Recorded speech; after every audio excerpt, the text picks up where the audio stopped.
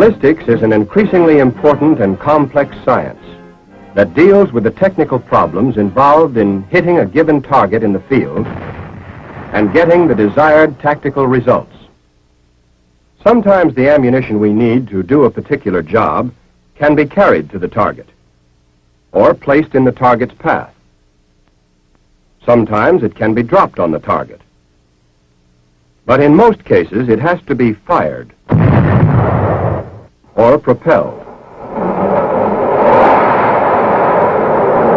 This involves the solution of three different kinds of problems which are covered by three closely related divisions of ballistics. Interior ballistics is concerned with the launching of the ammunition. Exterior ballistics is concerned with its behavior in flight. And terminal ballistics deals with the action of the ammunition at the target. Let's look first at the problems involved in launching our ammunition with launching devices that are complex, precision-made instruments, but which operate on a principle as simple as that employed in a pea shooter. When the pressure behind the projectile becomes strong enough, the projectile will move. In any gun, howitzer, mortar, or small arms weapon, the pressure behind the projectile is caused by the burning of the propelling charge or propellant, which forms a tremendous amount of gas in the chamber. This pressure is measured in thousands of pounds per square inch and is exerted equally on all surrounding surfaces, but with different results.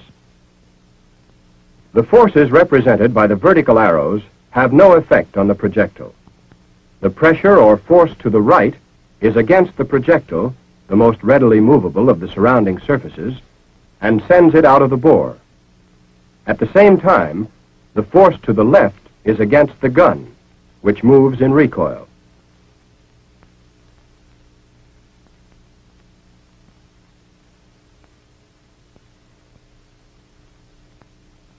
By making a few changes in our simplified gun, we can see what happens when we launch a rocket.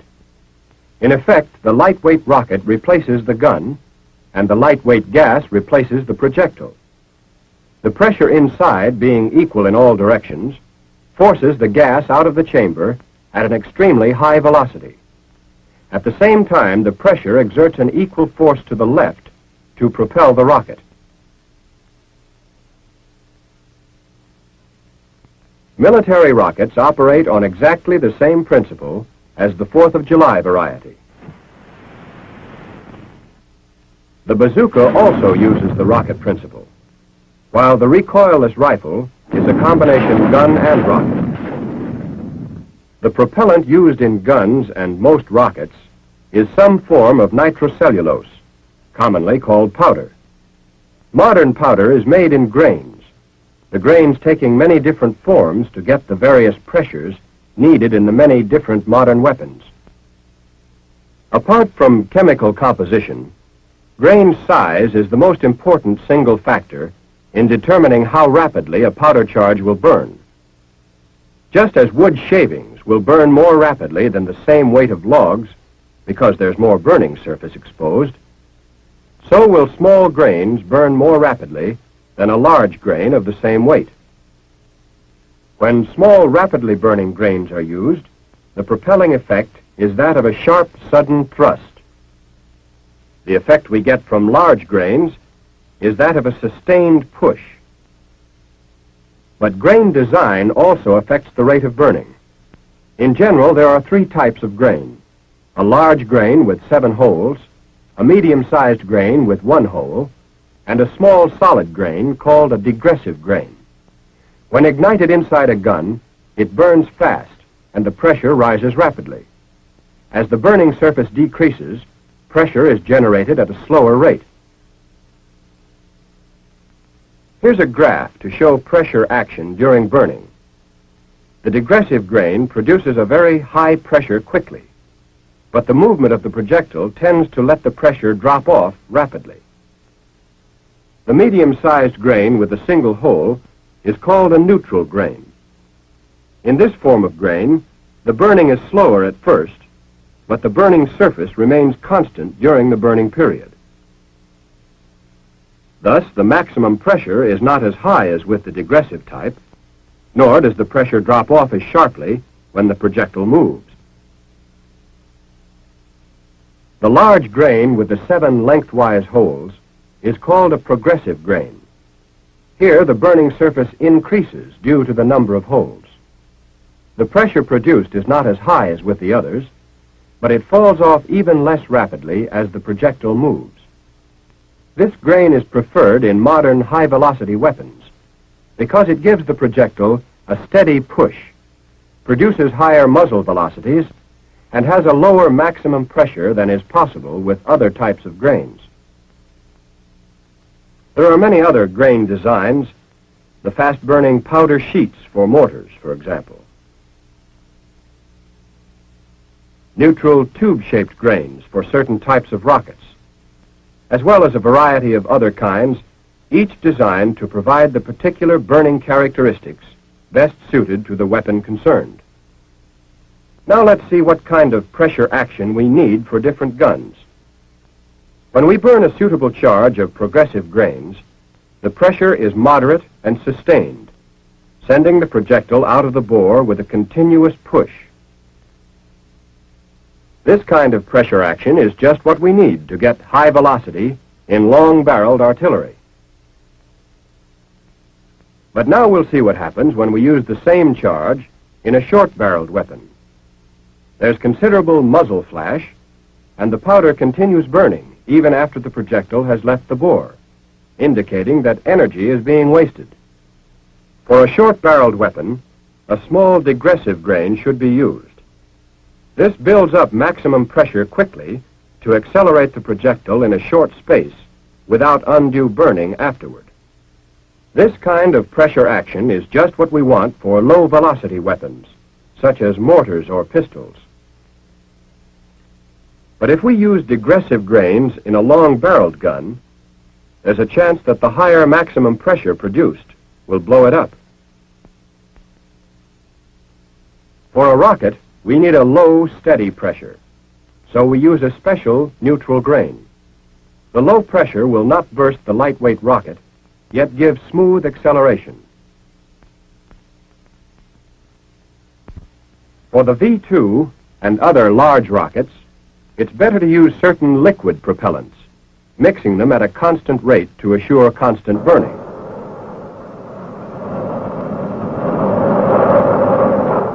In all cases, the propellant must suit a particular tactical purpose. That means providing the desired velocity with a minimum of smoke, flash, and wear on the weapon.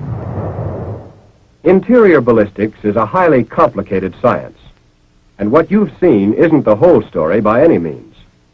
But you do know what an important part pressure plays in launching the projectiles. You know something of the effects of grain size and design on gas pressure. And you know the relative burning action of the digressive and other types of grain. In other words, you've got a good idea of why and how a projectile leaves home. Now you're ready to consider exterior ballistics. Exterior ballistics is concerned with the behavior of projectiles in flight.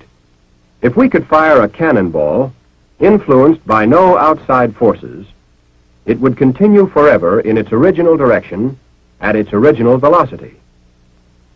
If we add the force of gravity, the cannonball follows this sort of path or trajectory. By adding air resistance, we get this result, and the range is shortened still more.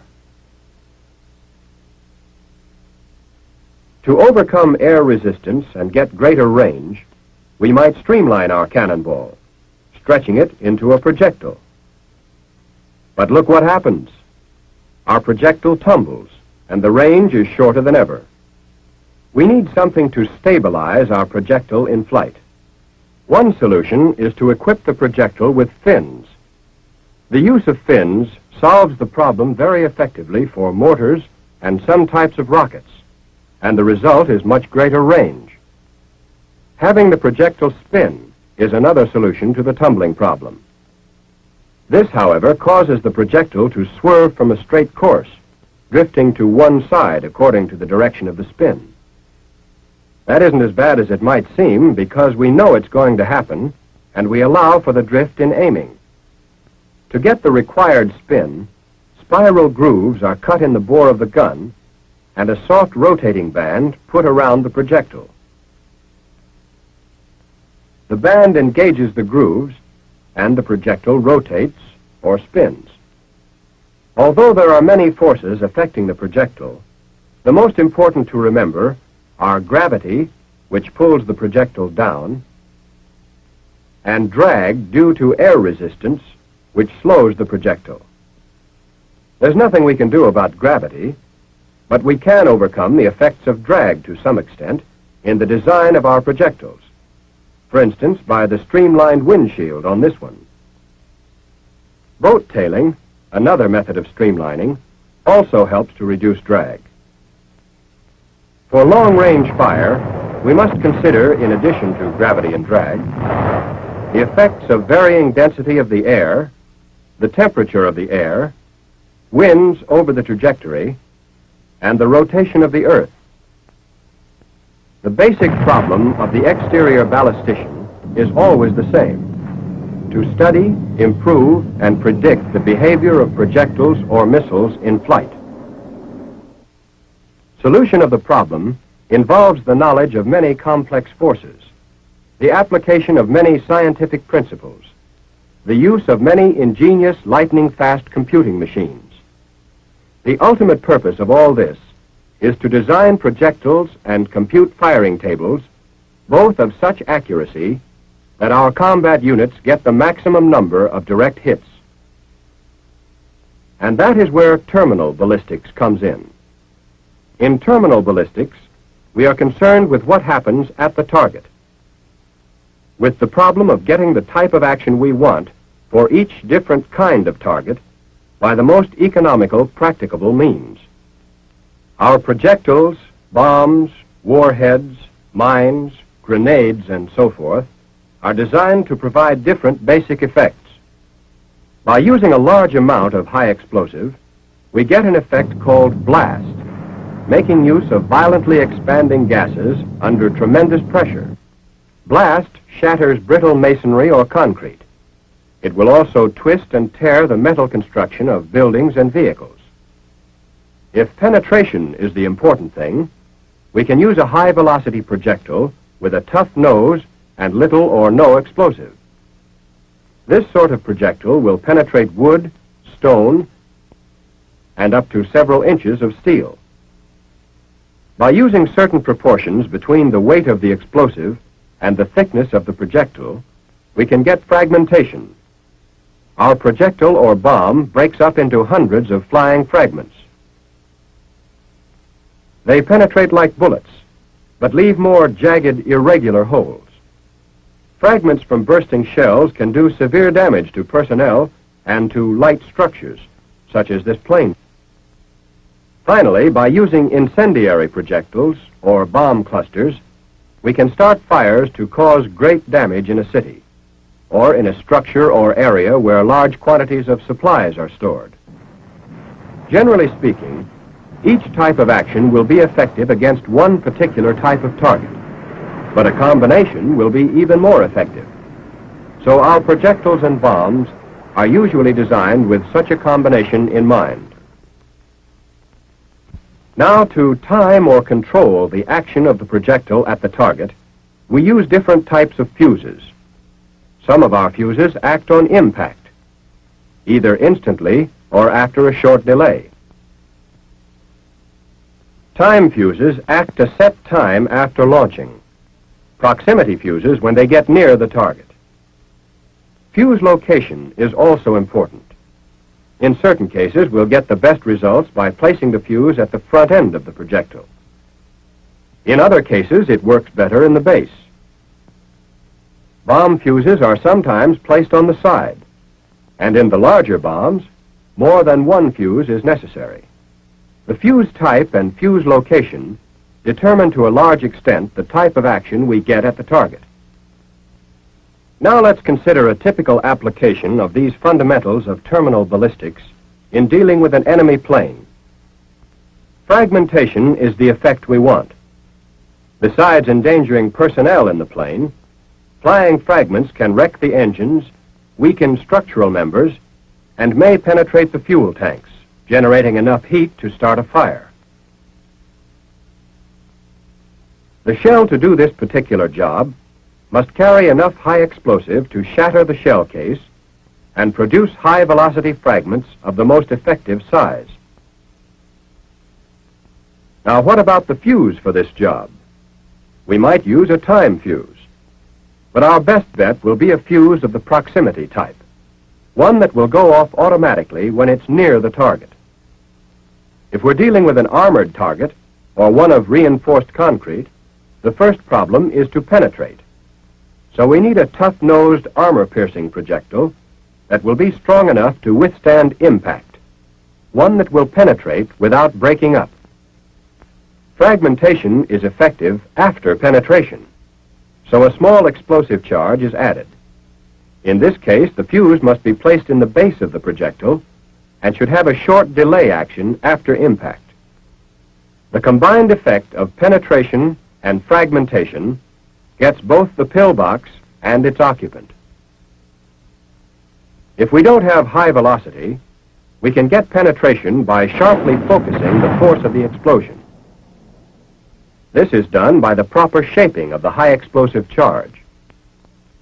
It's up to the terminal ballistician to determine from his experience and his experiments which combination of effects will be the most destructive for each kind of target. And there are other elements to be considered by the terminal ballistician. In all cases, the ammunition he prescribes must be suitable for mass production. It must also be safe to handle, transport, and store. Technically, it must present no impossible problems in any phase of ballistics. The first concern of the interior ballistician is the safe and successful launching of the ammunition. The important point to the exterior ballistician is predicting its behavior in flight. By means of firing tables, this information is passed on to the appropriate using units. They, in turn, must launch the ammunition with full confidence that the terminal ballistician has provided it with the proper destructive potentialities at the target.